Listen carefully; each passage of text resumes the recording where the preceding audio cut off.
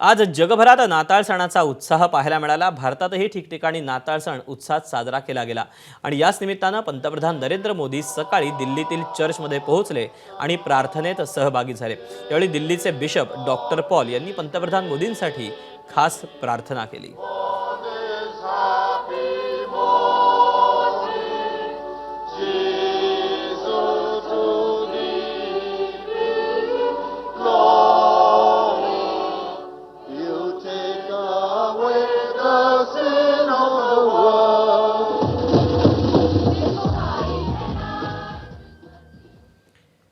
नाताळची सुट्टी सुरू झाल्याने राज्यभरातून हजारो पर्यटक कोकणात दाखल झाले। रायगड जिल्ह्यातील श्रीवर्धन दिव्यागार समुद्रकिनारे पर्यटकांनी फुलून गेलेत। सुट्टीसाठी कोकणात आलेल्या पर्यटकांनी हॉटेल्स रिसॉर्टही हाऊसफुल झाली आहेत।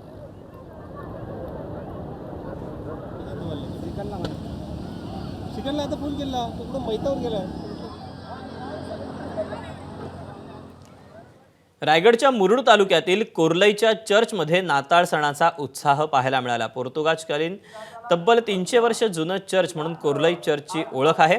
यंदा नाताळ निमित्त चर्च परिसरात आकर्षक रोषणाई करण्यात आली। यावेळी ख्रिस्ती बांधव मोठ्या संख्येने उपस्थित होते।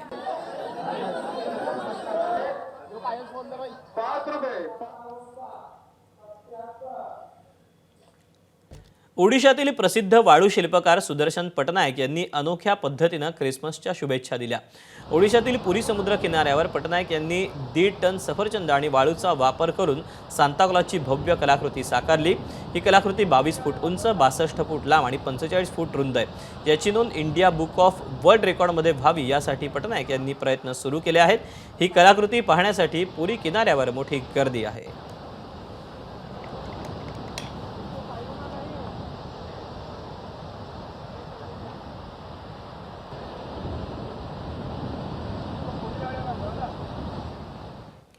नाताळ सणानिमित्त अस्सल खवय्यांना वेध लागतात ते स्पेशल केकचे।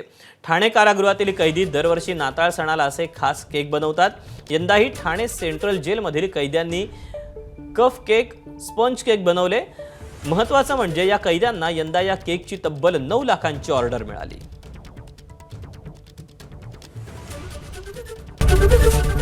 एबीपी माझा, उघडा डोळे बघा नीट।